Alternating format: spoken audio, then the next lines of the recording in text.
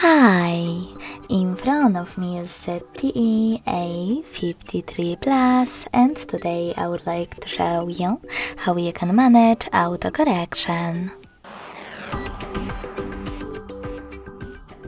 Begin by going into Devices Settings and scrolling all the way down to Access System. Then select Languages and Input,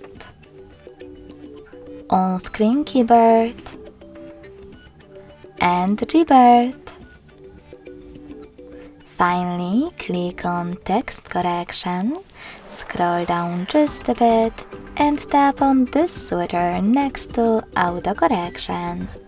This way, you'll switch it on or off.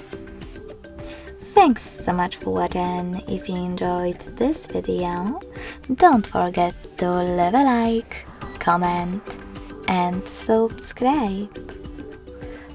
Bye!